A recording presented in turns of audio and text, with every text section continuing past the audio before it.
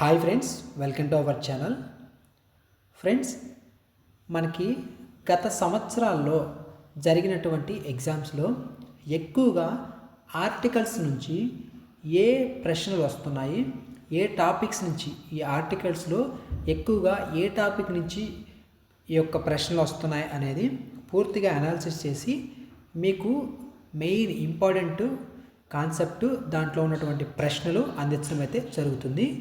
వీటిలోంచి కంపల్సరిగా ఎగ్జామ్లో క్వశ్చన్ వచ్చే అవకాశం అయితే ఉంది. కాబట్టి స్టార్టింగ్ నుంచి ఎండింగ్ వరకు ఈ క్లాస్ని క్లియర్గా మీరు చూడండి. ఈ వీడియోలో ఆర్టికల్ గురించి, వాటిలో మరలా ఆ ప్రశ్నలు ఎలా గుర్తుంచుకోవాలి, ఓకేనా, వాటికి సంబంధించిన ట్రిక్స్ ఏంటి అనేది కూడా ఈ వీడియోలో క్లియర్ కట్గా మీకు ఎక్స్ప్లెయిన్ చేస్తాను. ఈ వీడియోని ఇంకా లైక్ చేయనట్లయితే ఒక చిన్న లైక్ చేయండి.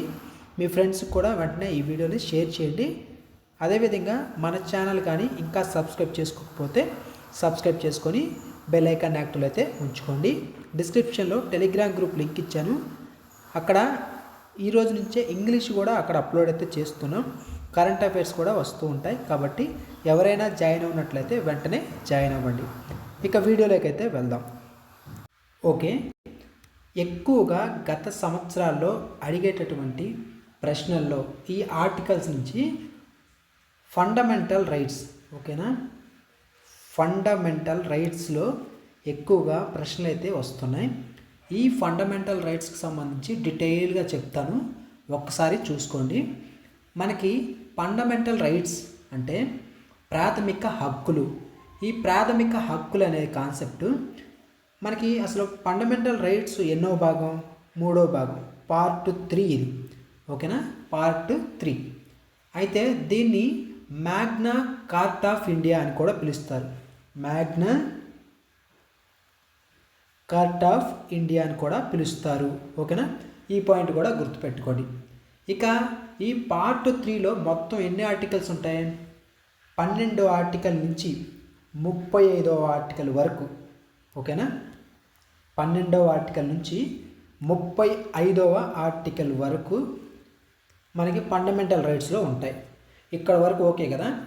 ఇక నెక్స్ట్ చూస్తే మీరు ఈ ఆర్టికల్, ఈ పార్ట్ 3 ఉంది కదా, దీన్ని మనం ఎక్కడి నుంచి తీసుకున్నామంటే USA, United states of America నుంచి మనం దీన్ని తీసుకోవడం జరిగింది. వాళ్ళ రాజ్యాంగం నుండి మనం దీన్ని తీసుకోవడం జరిగింది. మొత్తం హక్కులు మొదట్లో 7 ఉండేవి, ఓకేనా, 7 హక్కులు ఉండేవి వీటికి సంబంధించి. అయితే ఇప్పుడు 6 మాత్రమే ఉన్నాయి, ఓకేనా. అయితే దాంట్లో అంటే మొత్తం 7 కదా, 7లో 6 ఉన్నాయి. అంటే ఒకటి ఏంటంటే అది ఆస్తి హక్కు, ఓకేనా, ప్రాపర్టీకి సంబంధించినటువంటి హక్కు 44వ సవరణ ద్వారా తొలగించారు, ఓకేనా, తొలగించడం జరిగింది. ఏంటది? ఆస్తి హక్కును 44వ సవరణ ద్వారా తొలగించారు. మొత్తం 7 ఉంటే దాంట్లో ప్రజెంట్ 6 ఉన్నాయి. ఎక్కడి నుంచి తీసుకున్నాం? USA నుంచి తీసుకున్నాం. ఇంతవరకు ఓకే కదా. ఇక నెక్స్ట్ చూస్తే మీరు మనకి దీన్ని ఎలా గుర్తుంచుకోవాలి? మనకి 12 నుంచి, ఓకేనా, 12 నుంచి 35 ఆర్టికల్ వరకు ఫండమెంటల్ రైట్స్ కదా. అయితే వీటిల్లో మనకి ఈ 6 అని చెప్పాను కదా, ఆ 6 హక్కులు ఎలా గుర్తుంచుకోవాలి అనేది మీకు చిన్న లాజిక్ చెప్తా, అది గుర్తుపెట్టుకోండి. నేను వాయిస్ చెప్తా, దాన్ని మీరు 1-2 సార్లు చెప్తాను, మీరు అది గుర్తుపెట్టుకోండి, ఓకేనా. సమాన స్వేచ్ఛ కోసం, ఓకేనా, సమాన స్వేచ్ఛ కోసం పీడనను ఎదిరించి మత విద్యా పరిష్కారం పొందాలి. ఈ తెలుగు సెంటెన్స్ గుర్తుంచుకుంటే మీకు ఆ 6 గుర్తుంటాయి, ఓకేనా. సమాన స్వేచ్ఛ కోసం పీడనమును ఎదిరించి మత విద్యా పరిష్కారం పొందాలి. వీటిల్లో సమాన అంటే సమానత్వపు హక్కు, స్వేచ్ఛ అంటే స్వాతంత్రపు హక్కు, అంటే రైట్ టు ఫ్రీడమ్, ఓకేనా. తర్వాత పీడనము అంటే ఏంటంటే పీడనాన్ని నిరోధించే హక్కు, రైట్ అగెనెస్ట్ ఎక్స్ప్లోటేషన్, ఓకేనా, రైట్ అగెనెస్ట్ ఎక్స్ప్లోటేషన్. నెక్స్ట్ మత విద్య 2 పాయింట్లు చెప్పాను కదా, వాటిలో మత అంటే right to freedom of religion. ఓకేనా, right to freedom of religion. Next విద్య అంటే విద్య సాంస్కృతిక హక్కు, అంటే కల్చర్ అండ్ ఎడ్యుకేషనల్ రైట్ అనమాట. అది ఏంటది? విద్య సాంస్కృతిక హక్కు. ఇక్కడికి 5 అయినాయి. ఇక 6వది ఏంటంటే పరిష్కారం పొందాలి అని చెప్పాను కదా. పరిష్కారం అంటే రాజ్యాంగ పరిహారపు హక్కు, రైట్ టు కాన్స్టిట్యూషనల్ రెమెడీ. ఓకేనా, మీకు అర్థం కాకపోతే ఒకసారి 10 సెకండ్లు బ్యాక్ పెట్టుకొని మరలా చూసుకోండి. ఇక ఫస్ట్ సమానత్వపు హక్కు అని చెప్పాను కదా. సమాన స్వేచ్ఛ కోసంలో సమాన అంటే సమానత్వపు హక్కు, రైట్ టు ఈక్వాలిటీ. మనకి ఆర్టికల్ 14 నుంచి 18 వరకు ఈక్వాలిటీకి సంబంధించినటువంటి ఆర్టికల్స్ ఇవి. ఓకేనా, రైట్ టు ఈక్వాలిటీస్ ఆర్టికల్స్ కూడా చెప్తున్నాను. ఓకేనా, తర్వాత స్వేచ్ఛ అంటే స్వేచ్ఛ స్వాతంత్రపు హక్కు, రైట్ టు ఫ్రీడమ్. ఇవి 19 నుంచి 22 వరకు ఈ యొక్క ఆర్టికల్స్. నెక్స్ట్ పీడనాన్ని నిరోధించే హక్కు, రైట్ అగెనెస్ట్ ఎక్స్ప్లోటేషన్, 23 నుంచి 24 వరకు ఈ ఆర్టికల్స్. నెక్స్ట్ మత స్వాతంత్రపు హక్కు, right to freedom of religion అంటే 25 నుంచి 28 వరకు ఇవి మతానికి సంబంధించినవి. నెక్స్ట్ విద్యకు సంబంధించినవి, కల్చర్ అండ్ ఎడ్యుకేషనల్ రైట్కి 29, 30 ఆర్టికల్స్. ఇవి కల్చర్ అండ్ ఎడ్యుకేషనల్ రైట్కి సంబంధించింది. ఓకేనా, ఇక ఫైనల్గా రాజ్యాంగ పరిహారపు హక్కు అని చెప్పాను కదా, right to constitutional remedy, article 32. ఓకేనా, ఆర్టికల్ 32 మోస్ట్ ఇంపార్టెంట్. ఈ ఆర్టికల్ కూడా ఎక్కువసార్లు ఎగ్జామ్లో వచ్చింది. ఇక నెక్స్ట్ ఎగ్జామ్లో ఎక్కువగా అడిగే స్పెసిఫిక్ ఆర్టికల్స్ ఏవనేది ఇక్కడ కొన్ని మీకు ప్రశ్న అండ్ ఆన్సర్స్ అనేది చూపిస్తాను. వాటిని కూడా చూసి అవి కూడా మీరు గుర్తుపెట్టుకోండి. ఓకే, భారత రాజ్యాంగంలోని ఏ ఆర్టికల్ అంటరానితనం నిషేధం అంటే అబాల్యూషన్ ఆఫ్ అన్టచబిలిటీ గురించి తెలియజేస్తుంది? ఏ ఆర్టికల్? మనకి ఆర్టికల్ 17 అనేది ఈ 17 ఆర్టికల్ అన్టచబిలిటీ గురించి చెప్తుంది. ఓకేనా, ఈ 17 ఆర్టికల్ దేంట్లో ఏ పార్ట్లోది ఏ యొక్క హక్కుల్లోది? మనకి సమానపు హక్కు అని చెప్పాను. సమానపు హక్కు అని చెప్పాను కదా. ఫస్ట్ది 14 నుంచి 18 వరకు ఈ ఆర్టికల్స్ మధ్యలో ఉన్నటువంటి ఆర్టికల్, ఈ 17 ఆర్టికల్ అన్టచబిలిటీకి సంబంధించింది. ఓకేనా, నెక్స్ట్ క్వశ్చన్, భారత రాజ్యాంగం ప్రకారం బిరుదులు రద్దు ఏ ఆర్టికల్ కిందకు వస్తుంది? ఏ ఆర్టికల్ కిందకు వస్తుంది? మనకి ఆర్టికల్ 18, 19, 20, 21. ఆర్టికల్ 18. ఆర్టికల్ 18 అనేది బిరుదులకు రద్దుకు సంబంధించినటువంటి ఆర్టికల్. మన దేశంలో మేజర్ అయ్యేది ఓటు హక్కు వచ్చే ఏ వయసులో? 18 ఏళ్ల వయసుకి ఓటు హక్కు అనేది ఉంది. ఓకేనా, అయితే 18 ఏళ్ళు వచ్చాక అందరూ సమానమే. రాజా మహారాజా అనే పాతకాలపు టైటిల్స్ ఏవైతే ఉన్నాయో ఇవి అనేది ఎవరికి ఉండవు. ఓకేనా, గుర్తుపెట్టుకోండి. 18 ఏళ్ళు = బిరుదుల రద్దు. ఓకేనా, ఇలా గుర్తుపెట్టుకోండి. మనకి ఆర్టికల్ 18 అనేది బిరుదుల రద్దుకు సంబంధించినటువంటి ఆర్టికల్. నెక్స్ట్ క్వశ్చన్, జాతీయ అత్యవసర పరిస్థితి సమయంలో కూడా రద్దు కాని ఆర్టికల్స్ ఏవి? అత్యవసర పరిస్థితిలో కూడా రద్దు కాని ఆర్టికల్స్ అంటే ఏవి? ఆర్టికల్ 20, 21. మీరు గుర్తుపెట్టుకోండి. T20 ఆర్టికల్ గుర్తుపెట్టుకోండి. 2021 అన్నా గుర్తుపెట్టుకోండి. 2021 అనేది గుర్తుపెట్టుకోండి. 2021 ఆర్టికల్ అనేది జాతీయ అత్యవసర పరిస్థితి సమయంలో కూడా రద్దు కానటువంటి ఆర్టికల్స్. ఓకేనా, ఈ 2 నెంబర్లు జంటగా ఉంటాయి, ఎప్పుడు ఆగిపోవు. ఆర్టికల్ 21 ఏదైతే ఉందో ఇది జీవించే హక్కుకు సంబంధించింది. ఓకేనా, 20 మరియు 21 ఎప్పుడు రద్దు కావు. Next question, doctor B R Ambedkar గారు ఏ ఆర్టికల్ను రాజ్యాంగం యొక్క గుండె మరియు ఆత్మ, heart and soul of the constitution అని వర్ణించారు? ఏంటది? ఆర్టికల్ 32. మనకి మిగిలిన హక్కులన్నీ శరీరంలో భాగాలు అనుకోండి. ఫర్ ఎగ్జాంపుల్ వాటిలో అన్యాయం జరిగినప్పుడు కాపాడేదే ఆర్టికల్ 32. ఓకేనా, అందుకే అంబేద్కర్ గారు ఏమన్నారు? దీన్ని గుండె అన్నారు.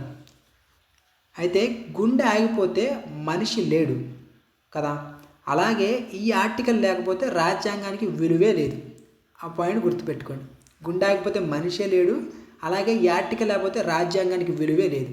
దీన్నే రాజ్యాంగ పరిహారపు హక్కు అని అంటారు. ఆర్టికల్ 32. ఓకేనా. ఫ్యాక్టరీల్లో లేదా గనుల్లో పిల్లలతో పని చేయించడాన్ని నిషేధించే ఆర్టికల్ ఏది? చిన్న పిల్లల చేత పనులు చేయించకూడదు, చైల్డ్ లేబర్కి సంబంధించి. ఏ ఆర్టికల్ అంటే ఆర్టికల్ 24. దీన్ని మీరు ఎలా గుర్తుపెట్టుకుంటారంటే మనకి బాల కార్మిక వ్యవస్థ, ఓకేనా, బాల కార్మిక వ్యవస్థ గురించి చెప్పేదే ఈ ఆర్టికల్ 24. దీన్ని ఆర్టికల్ నంబర్ చూస్తే మీరు 24 అని ఉంది. దీంట్లో చివర 4 ఉంది కదా. పిల్లల వయసు కూడా 14లో మనకి 14 సంవత్సరాల లోపు కూడా అక్కడ కూడా 4 అనేది ఉంది. ఓకేనా. ఇంకొకసారి చెప్తాను, అదేంటంటే ఆర్టికల్ 24 ఏంటి? పిల్లల చేత పనులు చేయించకూడదు. అది ఎంత వయసు పిల్లలు? 14 సంవత్సరాల్లో పిల్లల చేత పనులు చేయించకూడదు. 14 సంవత్సరాల్లో పిల్లల్లో కూడా 4 ఉంది, 24లో కూడా 4 ఉంది. ఓకేనా. 24 అనేది ఆర్టికల్, 14 అనేది వాళ్ళ వయసు. ఓకేనా. ఈ విధంగా ఈ ఆర్టికల్ని గుర్తుపెట్టుకోండి. నెక్స్ట్ ఈ క్వశ్చన్ చూడండి. పార్లమెంట్ ఉభయ సభల సంయుక్త సమావేశాన్ని, జాయింట్ సిట్టింగ్ ఆఫ్ పార్లమెంట్ తెలిపే ఆర్టికల్ ఏది? ఏ ఆర్టికల్? 108. దీన్ని ఎలా ఒక చిన్న సెంటెన్స్ అని చెప్తాను. మనకి హెల్త్ బాగలేకపోతే ఎమర్జెన్సీ అయితే ఏ నెంబర్కి కాల్ చేస్తాం? 108కి, అంటే అంబులెన్స్ కదా. అలాగే పార్లమెంట్లో లోక్సభకి రాజ్యసభకి గొడవ జరిగి బిల్లు ఆగిపోయిందనుకో, అది పార్లమెంట్ హెల్త్కి మంచిది కాదు. ఆ డెడ్లాక్ని క్లియర్ చేయడానికి ప్రెసిడెంట్ 108కి కాల్ చేస్తాడు. ఓకేనా. ఇట్లా ఒక సెంటెన్స్ అనేది గుర్తుపెట్టుకోండి. సో ఇలా గుర్తుపెట్టుకుంటే మీరు 108 అనేది ఎమర్జెన్సీ మీటింగ్, జాయింట్ సిట్టింగ్ సంబంధించి అని మీకు స్ట్రైక్ అవుతుంది ఎగ్జామ్లో. 108. ఓకేనా. జాయింట్ సిట్టింగ్ ఆఫ్ పార్లమెంట్కి సంబంధించి 108 ఆర్టికల్. Next question. భారత రాజ్యాంగంలోని ఏ ఆర్టికల్ సమాన పౌరశృతి యూనిఫామ్ సివిల్ కోడ్ యూసీసీ గురించి తెలియజేస్తుంది? ఈ క్వశ్చన్ ఈజీగా మీరు గుర్తుపెట్టుకోవచ్చు, ఎగ్జామ్లో కూడా చాలాసార్లు అడిగారు. Uniform civil code. యూనిఫామ్ ఇక్కడ మనకు చూస్తే ఆర్టికల్ 44 దీని యొక్క ఆన్సరు. అయితే మనకి ఇక్కడ 4 ఉంది. ఈ రెండు చూడండి యూనిఫామ్గా ఉన్నాయి, అంటే ఈక్వల్గా ఉన్నాయి. 4 ఇక్కడ 4. ఓకేనా. ఈ విధంగా మీరు గుర్తుపెట్టుకో. యూనిఫామ్ సివిల్ కోడ్ అంటే 4. ఓకేనా. ఈ విధంగా మీరు గుర్తుపెట్టుకోవడమే. గ్రామ పంచాయతీల ఏర్పాటు, ఆర్గనైజేషన్ ఆఫ్ విలేజ్ పంచాయతీ గురించి తెలిపే ఆర్టికల్ ఏది? ఏ ఆర్టికల్? ఆర్టికల్ 40. ఈ ఆర్టికల్ ఎలా గుర్తుపెట్టుకుంటారంటే ఇది గాంధీ గారి కళ. ఓకేనా. దీన్ని గుర్తుపెట్టుకోవడానికి చిన్న రైమింగ్ అనేది ఒకటి చెప్తా, అది గుర్తుపెట్టుకోండి. ఓకేనా. మన ఊరు మనోళ్ళు. ఏంటి? మన ఊరు మనోళ్ళు. లేదా సింపుల్గా గుర్తుండాలంటే ఒక ఊరు బాగుండాలంటే, ఓకేనా, ఒక విలేజ్ లేక ఒక ఊరు బాగుండాలంటే మినిమం ఒక 40 మంది పెద్ద మనుషులు కూర్చొని పంచాయతీ చేయాలి. ఒక ఊరు బాగుండాలంటే మినిమం ఒక 40 మంది పెద్ద మనుషులు కూర్చొని పంచాయతీ చేయాలి. విలేజ్ పంచాయతీ ఏంటి? ఆర్టికల్ 40. ఓకేనా. Village panchayati article 40. మీరు జనరల్గా సరదాగా వినేసి ఇవి గుర్తుంచుకోవచ్చు. నేను చెప్పేది మీరు వింటున్నప్పుడే మీకు ఎగ్జామ్లో స్ట్రైక్ అవుతుంది. ఓకే, విలేజ్ పంచాయతీ 40 మంది మినిమం. సో ఆర్టికల్ 40 అలా గుర్తు రావాలి. భారతదేశంలో ఆర్థిక అత్యవసర పరిస్థితి, ఫైనాన్షియల్ ఎమర్జెన్సీ విధించే ఆర్టికల్ ఏది? ఆర్టికల్ 360. ఓకేనా. ఈ 360 అనేది ఫైనాన్షియల్ ఎమర్జెన్సీకి సంబంధించి ఆర్టికల్. దీన్ని ఏంటంటే ఎమర్జెన్సీలు మొత్తం 3 రకాలు. అందులో ఈ యొక్క ఫైనాన్స్ లేకుంటే ఈ డబ్బుకు సంబంధించినటువంటిది లాస్ట్ది అనమాట. అయితే మనకి దీన్ని ఎలా గుర్తుపెట్టుకుంటారంటే ఒక సర్కిల్ గీయాలంటే 360 డిగ్రీస్ కావాలి. మనం జోబులో డబ్బులు గుండ్రంగా అంటే జీరో అంటే గుండ్రంగా అయిపోతే వచ్చేదే ఫైనాన్షియల్ ఎమర్జెన్సీ. ఇలా గుర్తుంచుకోలేకపోతే మనకు ఆర్టికల్ 360లోనే చివరి జీరో ఉంది. ఓకేనా. జీరో అయిపోవాలి. ఫైనాన్షియల్ ఎమర్జెన్సీ అంటే జీరో అయిపోతే వచ్చేది, అంటే ఏం లేక అంటే ఎమర్జెన్సీ అంటే ఏంటి? జీరో అయిపోతే వచ్చేదే ఎమర్జెన్సీ. ఓకేనా. ఇలా మీరు గుర్తుంచుకోండి. డబ్బులు జీరో అయిపోతేనే ఫైనాన్షియల్ ఎమర్జెన్సీ అనేది వస్తుంది. ఆర్టికల్ 360 అనేది దేనికి సంబంధించింది? Financial emergency. Next question. రాష్ట్రపతిపై మహాభియోగ తీర్మానం, ఇంపీచ్మెంట్ ఆఫ్ ప్రెసిడెంట్ గురించి తెలిపే ఆర్టికల్ ఏంటి? ఆర్టికల్ 61. ఇంపీచ్మెంట్ ఆఫ్ ప్రెసిడెంట్కి సంబంధించిన ఆర్టికల్ 61. రాష్ట్రపతి అంటే దేశానికే నెంబర్ 1 పొజిషన్. కానీ ఆయన తప్పు చేస్తే, ఈ యొక్క రాష్ట్రపతి గారు తప్పు చేస్తే ఆ పదవి నుంచి తీసేయడం జరుగుతుంది. ఓకేనా. 61 అనే నెంబర్ని మీరు విడదీసి 6+1గా రాయండి. ఇంకోటి ఎంత వస్తుంది? 7. 7 అంటే 7 అని హిందీలో 7 అంటాం. అందరూ కలిసి ఆయన్ని తీసేస్తారనమాట. అర్థమైందా? దీనికి లాజిక్ అవసరం లేదులే. 61 అనేది ఇంపీచ్మెంట్ ఆఫ్ ప్రెసిడెంట్ అని గుర్తుపెట్టుకోండి. అసలు ఇంపీచ్మెంట్ ఆఫ్ ప్రెసిడెంట్ అంటే ఏంటి? రాష్ట్రపతి అంటే దేశానికే నెంబర్ 1. అయితే వాళ్ళు తప్పు చేస్తే ఆ పదవి నుంచి తీసేస్తారు. ఈ పాయింట్ గుర్తుపెట్టుకోండి. ఇంపీచ్మెంట్ ఆఫ్ ప్రెసిడెంట్ అంటే దానికి అది మీనింగ్. ఓకేనా. ఆర్టికల్ 61. నెక్స్ట్, భారత అటార్నీ జనరల్ నియామకం గురించి తెలిపే ఆర్టికల్ 76. ఓకేనా. దీన్ని ఎలా గుర్తుపెట్టుకుంటారంటే, ముందుగా అటార్నీ జనరల్ అంటేనే దేశంలోనే అతిపెద్ద లాయర్. ఈ పాయింట్ అయితే గుర్తుపెట్టుకోండి. అటార్నీ జనరల్ అంటే దేశంలోనే అతిపెద్ద లాయరు. అయితే లాయర్ అంటే ఎప్పుడు ఏం మాట్లాడాలి? నిజం మాట్లాడాలి. నిజం అంటే ఏంటి? హిందీలో సచ్. ఓకేనా. సచ్ మాట్లాడాలి. అయితే హిందీలో సచ్ సౌండ్ లాగా వినిపించే నెంబర్ ఏది? సచ్చే. సచ్ అంటే సచ్చే. సచ్చే అట్లా విడదీయండి. తీస్తే సాత్ అంటే 7, చే అంటే 6. సాచ్చే. సాచ్చే అంటే 7, 6. 7, 6. ఓకేనా. 1, 2 సార్లు మీరు చూస్తే మీకు అర్థమవుద్ది. సో ఎగ్జామ్లో మీరు ఈజీగా ఆన్సర్ అనేది చేస్తారు. ఓకేనా. సాచ్చే 7, 6. సాచ్చే దాన్ని స్పీడ్గా పలికితే సచ్ అనే ప్రొనౌన్సియేషన్ వస్తుంది. గుర్తుంచుకోవడానికి మాత్రమే. ఓకేనా. సచ్ అనేది సాచ్చే. 76 అనేది అటార్నీ జనరల్కి సంబంధించిన ఆర్టికల్. ఒక పౌరుడి ప్రాథమిక హక్కులకు భంగం కలిగితే అతడు ఏ ఆర్టికల్ ప్రకారంగా నేరుగా సుప్రీంకోర్టును ఆశ్రయించవచ్చు. దీని గురించి ఒక విషయం చెప్తాను. మనకి ప్రభుత్వం చాలా హక్కులు అనేది ఇచ్చింది. వాటిలో సమానత్వపు, స్వేచ్ఛ హక్కు, మత హక్కు, ఈ విధంగా హక్కులు అనేది ఇచ్చింది. సరే, మరి రేపు పొద్దున ప్రభుత్వమే లేదా పోలీసులు ఆ హక్కును లాక్కుంటే ఎవరికి చెప్పుకోవాలి మనం? అందుకే రాజ్యాంగం మనకి ఒక ఆయుధాన్ని ఇవ్వడం జరిగింది. అదే ఆర్టికల్ 32. బిఫోర్ కూడా ఆర్టికల్ 32 గురించి చెప్పాను. ఓకేనా. ఆర్టికల్ 32 ఈ ఆర్టికల్ ఉంటేనే మిగతా హక్కులకు విలువ. ఓకేనా. అందుకే మనం డైరెక్ట్గా దేశంలో పెద్ద కోర్టు అయినటువంటి సుప్రీంకోర్టు ఏదైతే ఉందో ఈ సుప్రీంకోర్టు దగ్గరికి వెళ్ళి కంప్లైంట్ ఇవ్వచ్చు. ఓకేనా. మనకి ఒక పౌరుడికి ప్రాథమిక హక్కులకు భంగం కలిగితే అతడు ఏ ఆర్టికల్ ప్రకారంగా నేరుగా సుప్రీంకోర్టుకి వెళ్ళొచ్చు? ఆర్టికల్ 32 ప్రకారంగా. ఇంత విడమార్చి చెప్తున్నాను, మీకు గుర్తుండిపోతాయని చెప్తున్నాను. ఓకేనా. Article 32 option B correct answer. Article 32 ప్రకారం సుప్రీంకోర్టు ఎన్ని రకాల రిట్స్ జారీ చేయగలదు? మీకు డెప్త్గా వెళ్తే వాడు ఎగ్జామ్ పేపర్లో హార్డ్గా ఇచ్చింది అంటారు కదా, అలా వెళ్ళినప్పుడు ఇలాంటి ప్రశ్నలు వస్తాయి. ఓకేనా. ఆర్టికల్ 32 ప్రకారం సుప్రీంకోర్టు ఎన్ని రకాల రిట్స్ జారీ చేస్తుంది లేకుంటే చేయగలదు? ఎన్ని? మొత్తం 5. ఓకేనా. సుప్రీంకోర్టు కూడా పౌరులను కాపాడడానికి ఈ 5 రకాల అస్త్రాలను అయితే వాడటం జరుగుతుంది. ఓకేనా. ఈ 5 రిట్స్కి సంబంధించినటువంటి పేర్లు ఏంటి? హెబియా కార్పస్ 1. ఓకేనా. మ్యాండమస్ 1. హెబియా కార్పస్, మ్యాండమస్, తర్వాత సెర్టియోరారీ అండ్ క్యూ వారెంటో. ఓకేనా. ఈ 5 ఈ రిట్స్ అనమాట. ఓకేనా. ఈ 5 రిట్స్ జస్ట్ నెంబర్ మీరు గుర్తుపెట్టుకోండి. ఓకేనా.